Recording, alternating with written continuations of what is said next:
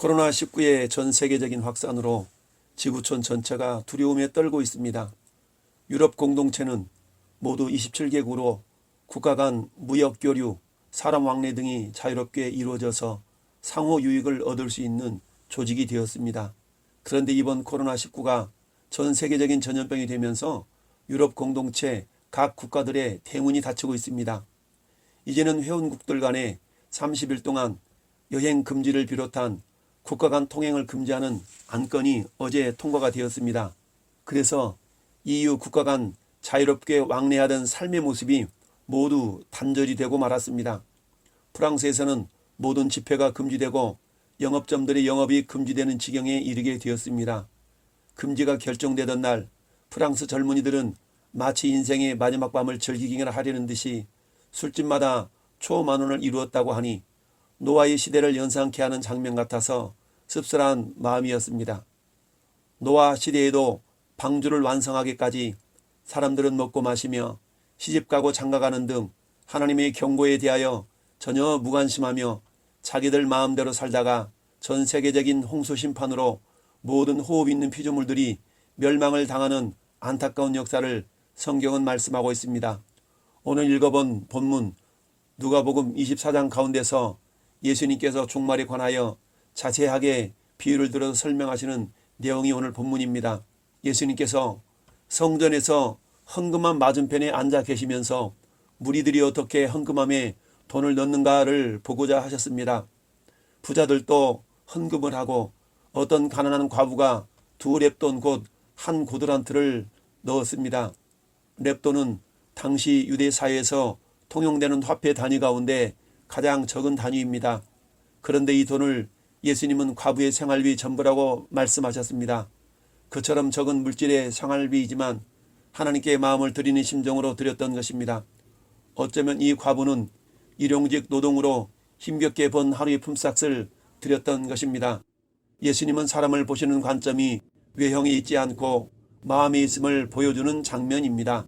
마치 사무엘 선지자에게 하나님께서 이새의 아들 가운데 이스라엘의 왕이 될 다윗을 선택할 때에도 같은 방식으로 사람을 택하신 사실을 보여주었습니다. 사무엘상 16장 7절 말씀에 여호와께서 사무엘에게 이르시되 그 용모와 키를 보지 말라.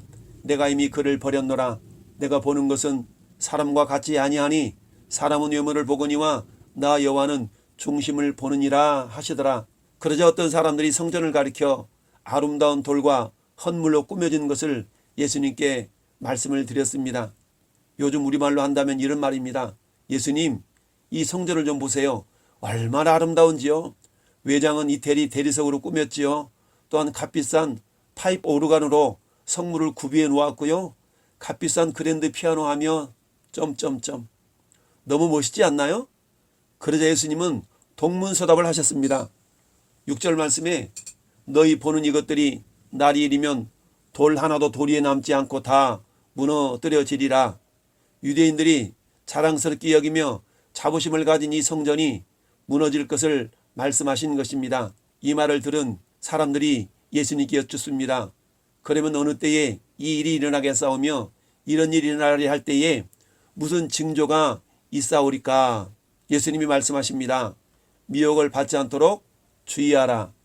많은 사람들이 내 이름으로 와서 이르되 내가 그라하며 때가 가까이 왔다 하겠으나 그들을 따르지 말라. 난리와 소요의 소문을 들을 때에 두려워하지 말라. 이 일이 먼저 있어야 돼 끝은 아직 아니니라 라고 말씀합니다. 오늘 말씀의 제목을 스스로 조심하라 라고 잡았습니다. 그렇습니다. 예수님은 요한복음 2장에 갈릴리 가나 혼인잔치에서 물을 포도주로 변화시키는 이적을 행하신 후에 유월절 절기를 지키시기 위해서 제자들과 함께 예루살렘으로 올라가셨습니다. 그런데 예루살렘 성전 안에서는 소와 양과 비둘기 파는 사람들과 돈 바꾸는 사람들이 앉아있음을 보시고 노끈으로 채찍을 만드셔서 양이나 소를 다 성전에 내쫓으시고 돈 바꾸는 사람들의 돈을 쏟으시면서 상을 엎으시고 비둘기 파는 사람들에게 이르시되 이것을 여기서 가져가라. 내 아버지 집으로 장사하는 집을 만들지 말라 하셨습니다. 유대인들은 이런 예수님의 모습을 보시고 의아해하면서 질문을 던집니다. 네가 이런 일을 행하니 무슨 표적을 우리에게 보이겠느냐 라고 이야기합니다. 그러나 예수님이 하신 말씀이 이렇습니다. 요한복음 2장 19절에 예수께서 대답하여 이르시되 너희가 이 성전을 헐라 내가 사흘 동안에 일으키리라. 유대인들이 이르기를 이 성전은 46년 동안에 지었거늘 내가 3일 동안에 일으키겠느냐 하더라. 그러나 예수님은 성전된 자기 육체를 가리켜 말씀하신 것이라. 그런데 이 말씀을 제자들 또한 이해하지 못했습니다. 그래서 22절은 죽은 자 가운데서 살아나신 후에야 제자들이 이 말씀하신 것을 기억하고 성경과 예수께서 하신 말씀을 믿었더라 라고 말씀합니다. 예수님의 제자들도 예수님이 이런 말씀을 예수님이 부활하신 후에야 기억하고 믿었다는 말씀입니다. 그렇습니다.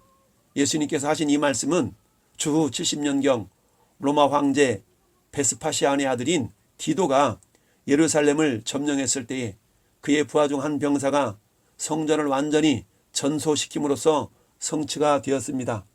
그리고 그 후에도 수차례에 걸친 성전 파괴로 인해 돌 하나도 돌 위에 남지 않는다는 말씀처럼 나중에는 성전의 기초도 분간할 수 없을 정도로 완전히 파괴가 되는 결과를 가져왔던 것입니다.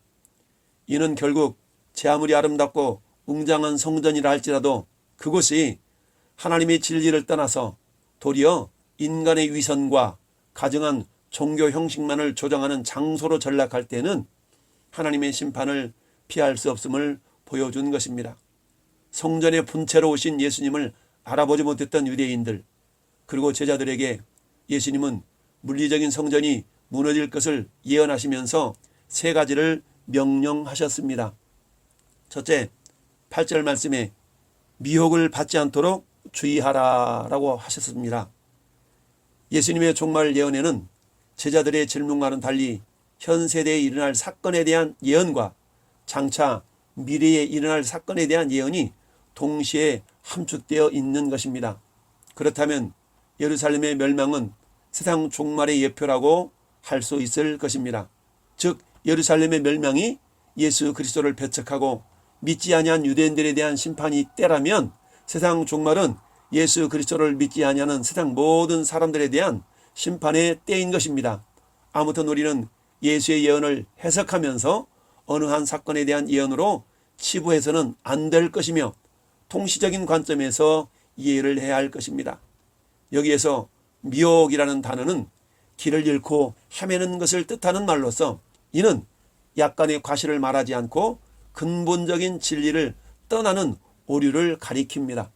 그래서 이사야 53장 6절의 말씀을 기억해 보면 우리는 다양 같아서 그릇 행하여 각기 제 길로 갔거늘 이라는 그런 말 속에서 그릇 행하여 각기 제 길로 갔거늘에 해당되는 단어가 미혹이라는 말입니다. 그래서 이 미혹을 받게 되면 진리에서 떠나 사망에 이르게 됨을 의미합니다. 요즘 신천지 사이비단에 대한 실체가 적나라하게 드러나고 있습니다. 많은 사람들이 거짓된 속임수에 미혹되어 진리를 떠나서 거짓을 진리로 믿고 있는 사람들이 27만 명이나 된다고 하니 다시금 성도들을 바르게 인도해야 될 책임이 무거워짐을 느낍니다. 마태복음 24장 4절에는 예수께서 대답하여 이르시되 너희가 사람의 미혹을 받지 않도록 주의하라 라고 말씀합니다. 많은 사람이 내 이름으로 와서 이르되 나는 그리스도라 하여 많은 사람을 미혹하리라.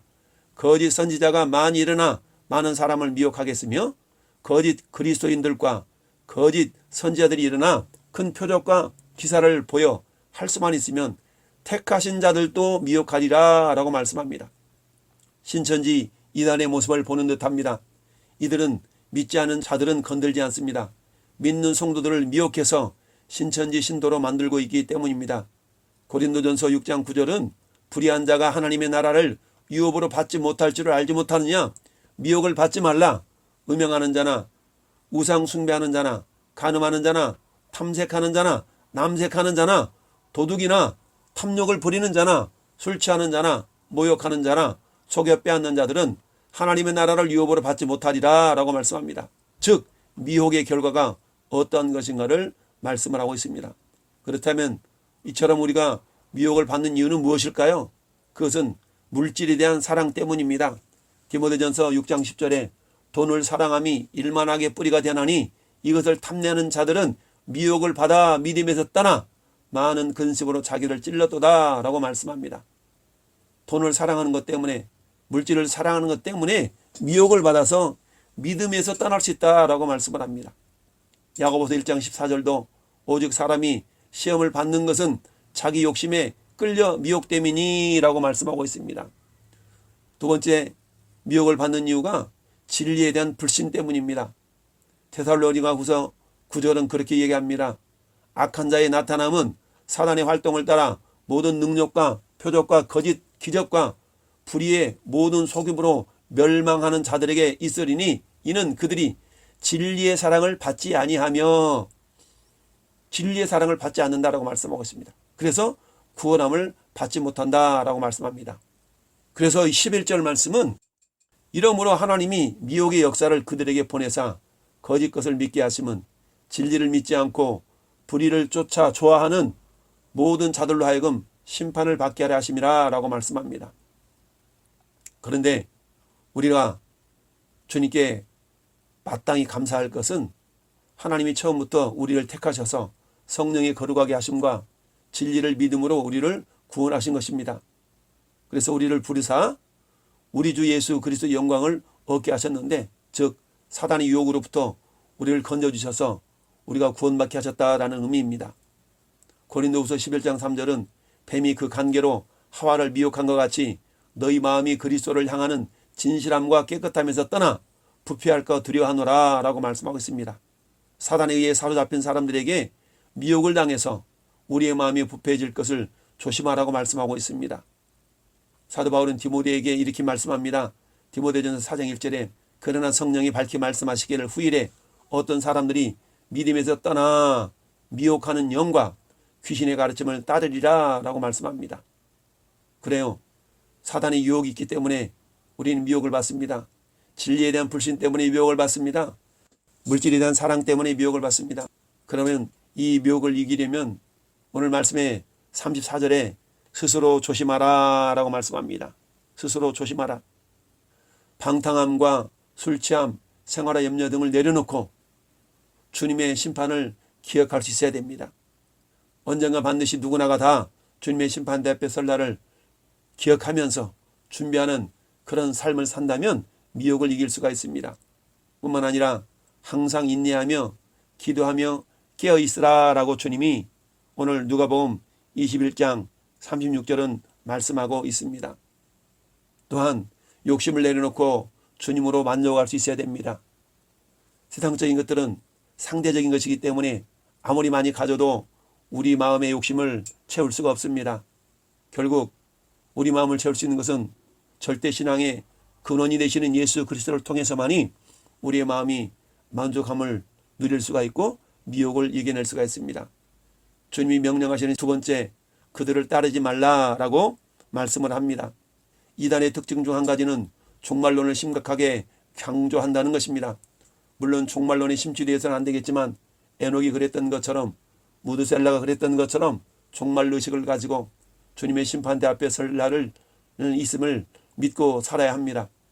그래서 예수님은 8절에 많은 사람들이 내 이름으로 와서 이르되 내가 그라하여 때가 가까이 왔다 하겠으나 그들을 따르지 말라라고 말씀합니다. 오늘날 우리 대한민국에는 자칭 예수라는 사람들이 약 32명이 있다고 합니다. 그 중에 신천지 이만희 교주도 그러한 사람 중에 한 사람입니다. 그들을 따르지 말라고 하지만 27만 명이나 따르고 있으며 그곳이 진리의 것으로 믿고 사는 사람들이 참으로 안타까울 뿐입니다. 우리는 이들을 위해서 야고보서 5장의 말씀처럼 미혹되어 진리에서 떠난 자들을 그 미혹된 길에서 돌아오게 하는 자들이 되어야 되겠습니다. 미혹을 이기고 진리에서 떠난 자들이 돌아올 수 있도록 기도하며 말씀과 성령으로 무장을 해야 되겠습니다. 내 형제들아, 너희 중에 미혹되어 진리를 떠난 자를 누가 돌아서게 하면 너희가 할 것은 죄인을 미혹된 길에서 돌아오게 하는 그 자가 그의 영혼을 사망에서 구원할 것이며 허다한 죄를 덮을 것임이라 라고 말씀합니다. 그러므로 우리 성도들은 당연히 예수 그리스도의 재림을 기다리는 신앙적 태도를 유지해야 하겠지만 예수님의 말씀대로 저 그리스도의 거짓 주장과 유혹을 분별하고 경계함으로써 끝까지 믿음을 지키는 사람이 되어야 할 것입니다. 우리 주님이 명령하신 세 번째, 두려워하지 말라는 것입니다. 어수선하고 어지러운 소문, 즉 난리와 소요의 소문이 들려올 것이라고 말씀합니다. 전 세계적인 전염병 소식에 두려움을 갖지 않는 것이 어쩌면 비정상적인 것처럼 보입니다. 두려움에 대한 근본적인 원인이 왜 그럴까요? 그것은 죽음이라는 공포 때문입니다. 모든 사람에게는 단 하나뿐인 목숨, 이 목숨은 온 천하를 주고도 바꿀 수 없을 만큼 귀한 것입니다. 그런데 그 목숨이 위협을 받고 있으니 두려움에 휩싸이는 것은 어쩌면 당연한 일인지도 모릅니다. 그런데 예수님은 나사로의 죽음을 잔다라고 말씀을 하셨습니다. 예수님이 우리 친구 나사로가 잠들었다다 그러나 내가 깨우러 가노라 말씀하십니다. 제자들이 요한복음 11장에 말하기를 주여 잠들었으면 낫겠나이다 하더라. 그런데 예수님은 그의 죽음을 가리켜 말씀하신 것이었지만 그들은 잠들어 쉬는 것을 가리켜 말씀하신 줄 알았다라고 했어요. 이 예수님께서 밝히 말씀하시기를 나사로가 죽었다라고 말씀합니다. 성경은 성도들의 죽음을 잔다라고 말씀합니다. 이는 곧 주님 안에서 다시 살아날 것을 믿기 때문입니다. 성경에는 이처럼 죽어도 다시 사는 부활의 신앙을 가진 많은 사람들의 이야기가 기록되어져 있습니다. 죽음에 대한 두려움을 이겨낼 수 있는 방법은 부활의 신앙을 점검하고 견고히 하는 것입니다.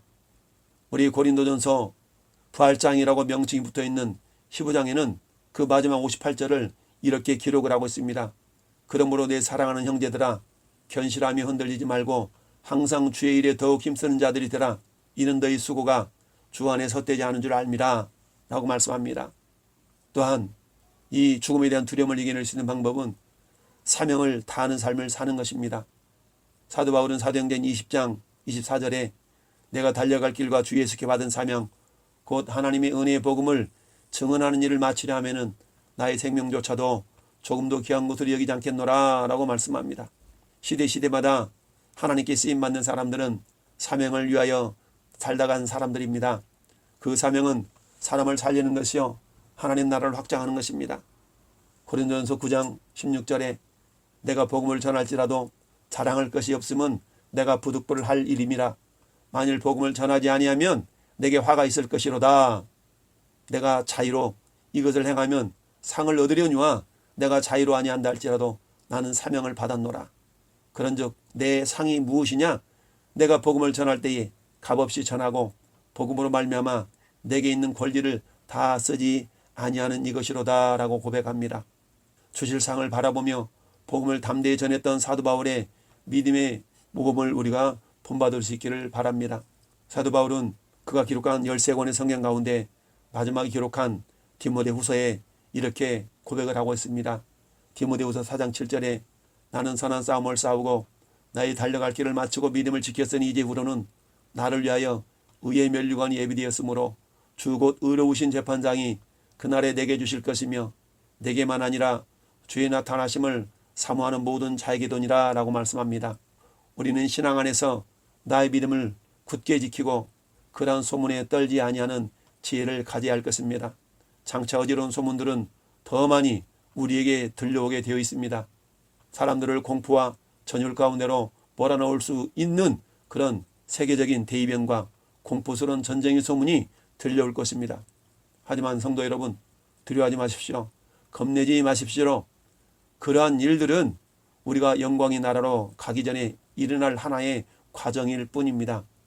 어지러운 시대에 살고 있습니다. 분명 성도들에게도 동일한 환란이 임합니다. 그러나 그 환란을 대하는 자세는 세상 사람들과는 분명 달라야 합니다. 그렇지 않다면 우리 스스로 신앙을 확인하고 점검해 보아야 할 것입니다. 이 모든 과정을 통해서도 하나님은 영광 받으시기를 원하십니다. 반드시 모든 것이 합력하여 선을 이루실 그 하나님의 약속의 말씀을 믿고 남은 한 주간도 아니 우리 남은 인생도 믿음으로 승리하는 저와 여러분이 될 수 있기를 예수님의 이름으로 축원을 드립니다. 아멘. 이제는 길이요 진리요 생명이신 우리 구주 예수 그리스도의 은혜와 독생자 아끼지 아니하시고 우리를 위해 죽이신 하나님 아버지의 극진하신 사랑하심과 내가 너희를 떠나지 아니하고 너희를 버리지 아니하랴 말씀하시는 성령 하나님의 내주교통 감화감동 역사 충만하심이 항상 기도하며 깨어서 환난의 때에도 담대하게 믿음으로 승리하는 삶을 살아가는 모든 성도들 머리 위에와 기도 제목 위에 이 나라 이 민족 위에 이제로부터 영원토록 함께 있을지어다. 아멘.